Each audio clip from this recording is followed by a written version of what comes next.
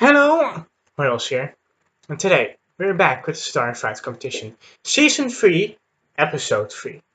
Today, the Alpha 1X by Jolot Aerospace will battle the IV-7F by Dundon92 in what looks to be a tasty battle, and the Bumblebee by Zenair will battle the Pegasus M1 by TheAmazingCowpig, where it should be clear who will win that battle.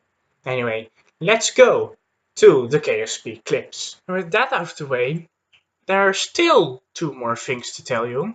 Namely, one, that I already tried recording this episode, but it turned out so shit that I decided to scrap it. Re-recorded on Thursday and send it out on Friday. And the second one is that well, that means that I know the results already basically, but what is the second one? Jeez, I forgot the second one. Well, if I forgot the second one, then guess I could just start a competition, am I right? Ah, yes. The second one is that I have sound now again. Because I have my headphones plugged in. Very cool. And I want to just have your feedback. Is the sound okay? Does it sound okay? Are the audio levels okay? Is it alright that the engines are like way lower than they should be? Because, well, I don't like engine sounds nowadays. That's what I want to ask you, and I want an honest opinion in the comments, so I can adjust my setup accordingly. Anyway, it's the start of the competition as the Bumblebee and the Pegasus will turn around and begin to face each other. The Pegasus, by the way, it's a pain to set up. Now, disastrous thing is that I discovered that I already have a quick save lined up, but the Pegasus is fully lined up on the runway. Disaster. Anyway, these planes only engage at 3 kilometers. Weird thing, I know. And that missile just engaged the missile. Okay then. Anyway, first initial engagement out of the way. Looks like all craft survived, which is of course a thing we want to see. And one of the Pegasuses is engaging one of the Bumblebees with guns, so it's time to see what it does. And the answer is it probably blew the air intakes off, which is a noticeable weak spot of the Bumblebee. The air intakes basically being two under the fuselage and very easy to hit with missiles. Because, well, if 1 in 9 hits, it's most likely to take out, as you can see again, it's most likely to take out the air intakes. And that's a very, very vulnerable spot of the Bumblebee. The Bumblebee, which only has 2 intakes, those aforementioned. And as you may know, as an more experienced plane builder, that's not a good thing to do, because if you do that, well, if you lose the 2 air intakes, as you've seen here, you're not able to fight anymore. So it's better to just merge some air intakes in or something, at least have some backups. This is why I have my radomes merged in with air intakes, by the way. Anyway, with that point made very clear, and I hope the point has come across okay. It is a 1-0 for the Pegasus, as, well, to be honest, this should be a piece of cake for the Pegasus. It scored 3-0 after all, last time out that I tried to record this. Of course, this is the Pegasus. Pegasus is a bit louder on the engines because it simply has more engines. It's a bit annoying to me because I like my engine volume as low as possible, and well, if you have 2 engines, it's a slightly higher engine volume. I really wish that KSP would have like a limit on the volume for the engines, so that 1 engine would sound the same as 100 engines. That would be just as loud. I would really, really appreciate that, because this is basically a case of different audio levels, and I don't like that. Anyway, competition starting again for the second round. Now the Pegasus has a tiny problem with engaging the Bumblebee. It probably has a lock with the A9s earlier, but it tries to lock with AIM-120 until like 3,500 meters, 3K, and that's handicapping it quite a bit. As you can see here, it's just still trying to engage with the AIM-120, and now it engaged with the AIM-9 at around 3 kilometers, as I've said before. 3 AIM-9s heading the way to both Bumblebees, and that is a Pegasus down. Oof. One missile hit can decide a lot of things in this competition, as it's now a 2v1. Oh no, it doesn't look like it, because that Bumblebee already lost its intake again, and has now been hit by a second missile. But that Bumblebee is engaging the Pegasus. I have seen damages on the Pegasus here. As it may turn out that this 1v1 can still be won by the Bumblebee. And if it does, then geez, that is a cop-out. A very, very lucky cop-out for the Bumblebee. Anyway, it's time for the Pegasus to engage its guns, but seemingly the Bumblebee had a tiny bit of a power advantage there, as it now decides to turn, and it looks to be fatal. May have just clipped one of the control surfaces, which sent it into a spin. It really doesn't look healthy. That's just flying both it. Oh no, that's the other Bumblebee. No, it's actually pretty. It's actually fine. It still has all its important bits. As that's an AIM-9 fired towards Pegasus, it doesn't hit, although it looked like it would have hit. It's a very nice dodge from the Pegasus, but it's not going to rescue it from the Bumblebee's guns, as that is a 1-1 for the Bumblebee. Very, very nice job to take it back there. And very lucky that this Bumblebee didn't get its intake shot out. And a very, very well landed hit with those guns. Bumblebee then, not as bad as last time out, but I'm still expecting the Pegasus to win. Let's see if the Pegasus can prove my word again with the third battle, the third round. And I must say, this recording is going way, way better than last time out, because last time out I was just complaining about BDAC AI and way it fires stuff numerous times throughout the episode, and I am very glad that today is not one of those days. Today is not one of those days that I will complain about the BDAC AI, although indirectly I just have. Anyway, what do I have to talk about now? Well, I suppose we had a leak at our school, which is being fixed as we speak by some lovely Dutch people, some lovely Dutch construction workers. Really, construction workers are heroes of this society, because, well, they make the buildings that we live in and the buildings that we teach in. We must really appreciate that. Anyway, you can see the Bumblebee here also trying to engage with AIM-120s until around 3K. And, well, you can just see that either plane could have gone the advantage if it didn't get hit by its teammate, because I think that's a teammate hit. Ouch. Well then, it looks like this Bumblebee has to face both Pegasus craft alone. Pegasus craft really getting the record of the what was it called? Samurai Sled last time with the last CFC, I'm sorry. Oh wow. AIM-120 is gone, so it doesn't have an issue firing guns anymore. Anyway, that's a missile it's gonna hit. Yeah, it hits, and again it took the intakes with it. As soon as one missile hits on this Bumblebee, it just takes the intakes of the Bumblebee with it. the very, very crucial design note to Zenair next time.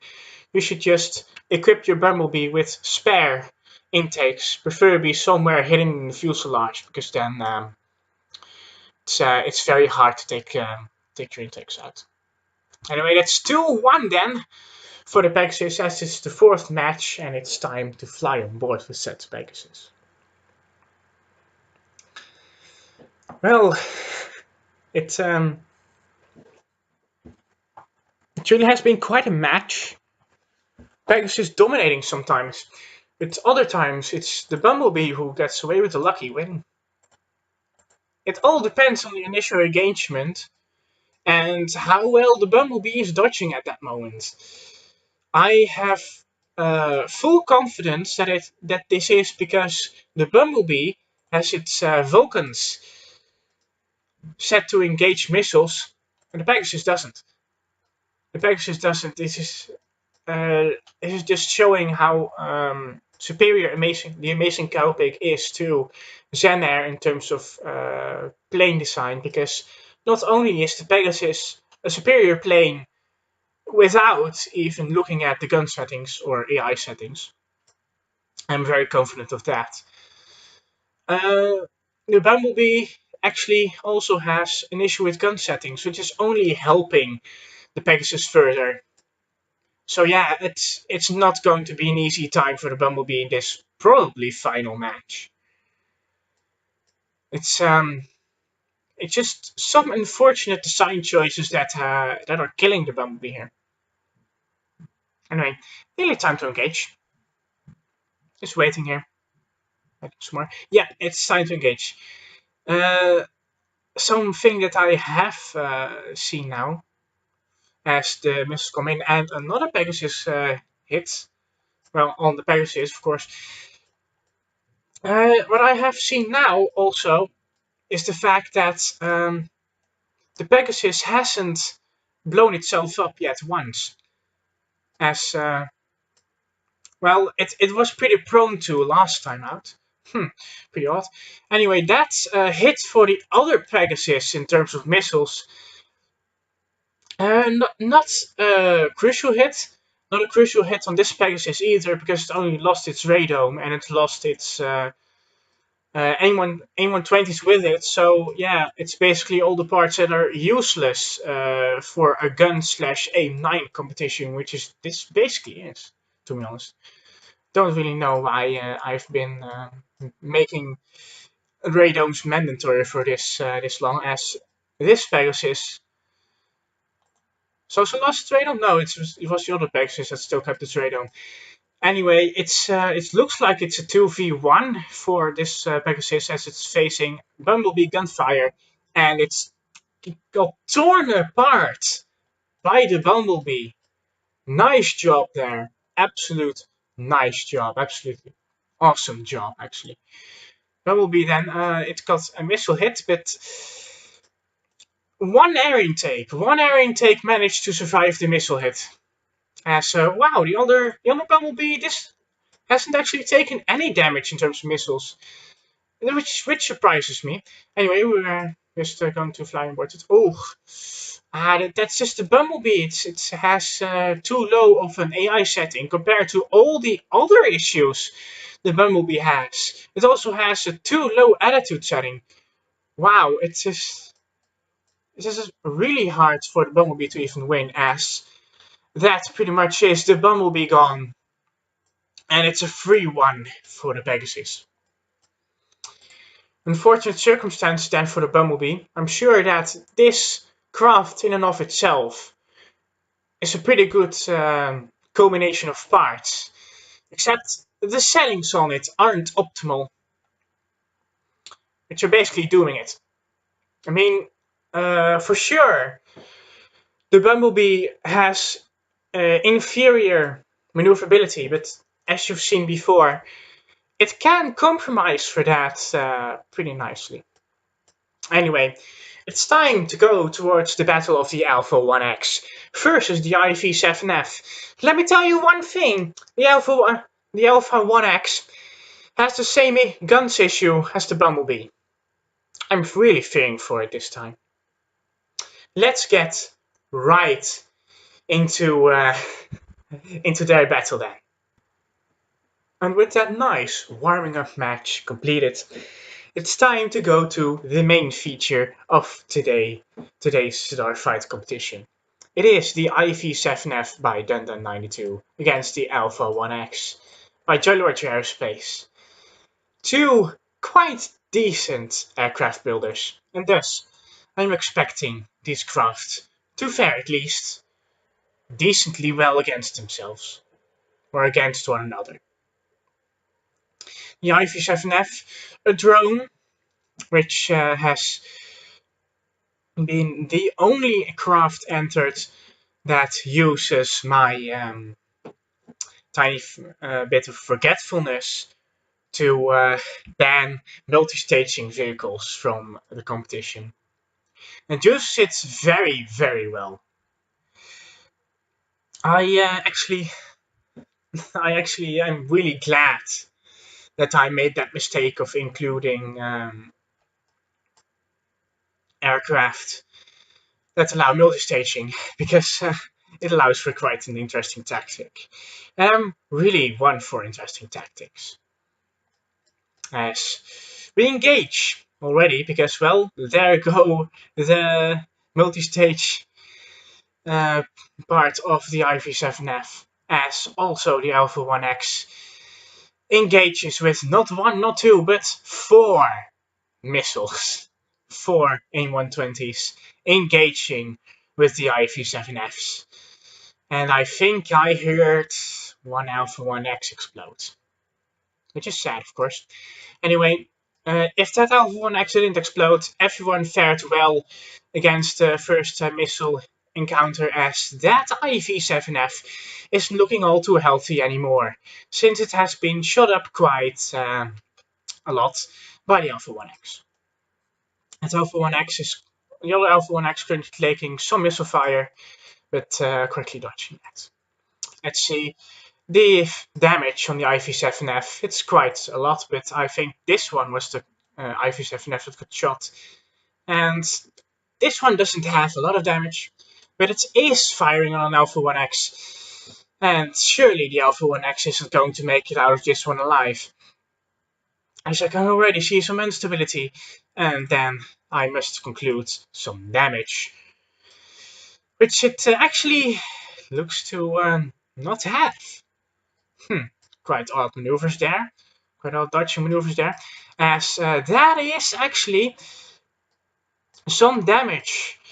It's for the Alpha 1X, but I initially thought it was for an IV-7F, as this one, it was actually for an IV-7F, but this Alpha 1X has also been damaged in the encounter. I can't do anything but conclude that that was a head-on, as this Alpha 1X is only taking more damage just to make sure that this Alpha 1X can gun the IV-7F down, which surely it will do, and it has, because the IV-7F didn't have enough maneuverability to pull up anymore. And the only Alpha 1X that's healthy must be really, really happy right now, because it's a 1-0 for the Alpha 1X in what I view is the inferior craft. Now then, these battles actually unfolding a bit differently than what I recorded last time, which is always what I fear for if I have to do a re-record of the Zenair fight competition episode. But I shouldn't fear anything, because, to be honest, you didn't see anything of that Zenair fight competition episode until I, of course, put up my Everything That's Wrong BDAC edit of that scrapped episode. Because I will do eventually. I just feel like it. Anyway, it is the Alpha 1X taking off first, followed by the IV-7FS.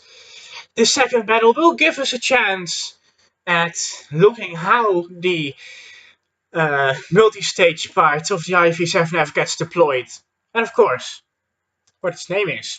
It is the MLRS-2, which, to be honest here, I don't know what it means. I'm very sorry. I shouldn't be sorry because, well, the fact that I don't know what it means is very obvious because this isn't a graph by me. It's a graph by Dun92. Anyway, it's time to engage, as most certainly the IV7F will deploy its multi-stage parts anytime, as it now has. And the first AIM-9s are on their way towards the target. But we have an IV7F less, because one IV7F just blew itself up. Which is actually the first suicide of this this episode, which I'm quite happy to note. Anyway, it surely will be a 2-0 for the Alpha 1X. As this IV7F is receiving crossfire at multiple AIM-9s. And it surely can't dodge both, and it couldn't dodge both, as the IV7F just got torn up by Alpha 1X gunfire. That has then been an easy 2-0 for the Alpha 1X, since the IV7F quite clearly killed itself. Will the IV7F prevail? Or will the Alpha 1X take home a 3-0? Which, may I note, last time it was a 3-0 for the IV7F. So quite a turnaround there for in favor of the Alpha 1X. Quite a turnaround here in favor of battle excitement. As I must say, it has been quite an exciting episode compared to last time. Because this time, we're actually receiving quite a lot of gunfire.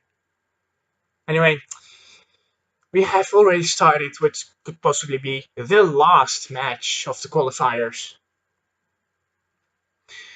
And we will shortly find out which plane will make it to the semifinals, and which 6 planes will have the luck to fight each other next time in the quarterfinals. I probably said semifinals the other time, but yeah, excuse me for that one. Anyway, there go the MLRS2s from the IV7Fs, and there go the 4 AIM-9s part that are paired up with it. And there go the AIM-120s as fired from the Alpha 1Xs, as we have plenty of missiles in this initial missile encounter. And looks like this Alpha 1X is aiming for that IV7F. As out of the corner of my eye, I saw an Alpha 1X getting hit. And it gets hit quite badly.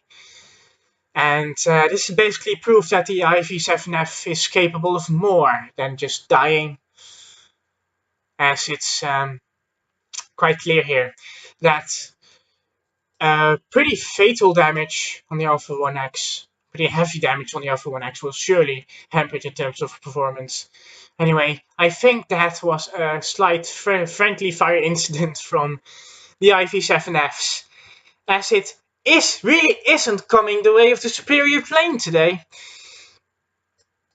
It's very much looking like this is the end for the IV7F. Although it does get a final engagement with an Alpha 1X, the Alpha 1X that is still healthy, that is. As the rather unhealthy Alpha 1X is creeping up on the IV7F and looking to do some damage. As the Alpha 1X has taken a fourth of its wing area there. It has lost it, and now it's half of the wing area. It surely isn't going to end well for this Alpha 1X. And the other Alpha 1X is damaged. Maybe the IV7F can pull this one back, as this Alpha 1X surely isn't flying anymore, losing its engine and pretty much all of its wing surfaces. But the Alpha 1X has turned on the tail of the IV7F, looking to do quite a lot of damage. As I thought for a second there that the IV7F ran out of fuel, but it didn't. And that's a hit on the IV7F. Let's see how this will culminate. This will end up as the IV7F didn't turn on the Alpha 1X there. Well, it clearly has had a chance. Possible fatal mistake as it didn't take the head on there either. But maybe it's just looking to get the Alpha 1X so unstable that it can just maneuver on its back, like it has done right now. Surely this being the end of the Alpha 1X. Having lost half of its wing surface already. I can't see this end well. It's surely doesn't as name 9 gets fired. And I can't see any countermeasures firing. It didn't actually do the damage that I thought it would, but it did take out some wing surface. As it looked like... No, the engine's still firing there. I constantly get paranoid about that. Do you have ammo yet? Yes, you have ammo. Why aren't you firing on the Alpha 1X? Yeah, you also have some guns left. So, just waiting here for the IV7F to re-engage the Alpha 1X. It's surely this, depending on the gun's range of the craft. As there, it fires again. And the Alpha 1X actually attempted to take something out of the IV7F as it's attempting right now to. The severely hampered maneuverability of the Alpha 1X not compromising its battle readiness, as the Alpha 1X is proving quite a durable craft. The IV7F now re-engaging the Alpha 1X, as surely this won't survive long. And that's some more hits on the Alpha 1X. As it didn't do a lot of visual damage, as far as I can see. Another hit there. This battle taking longer than I expected. It may be coming down on fuel, as actually this Alpha 1X has run out of ammo. Ouch. Let's look at how much ammo the... Oh! Neither has ammo. Oh, come on! Not one of these! I mean, the IV7F also still wins with a stalemate, because a stalemate means that both the craft get points, and it's a 3-1 for the IV7F. Or no, it's a 3-1 for the Alpha 1X, I'm sorry. The Alpha 1X then sustaining long enough for the IV7F to run out of ammo. And taking home a stalemate win, as another 3-1 seals the deal here for the final battle of the Zenair Fighter Competition Season 3 qualifiers. Congratulations to Jolly Roger Aerospace. And it's quite dependent on which day of the week it is, apparently, on who wins the battle. Congratulations, Jolly Roger Aerospace.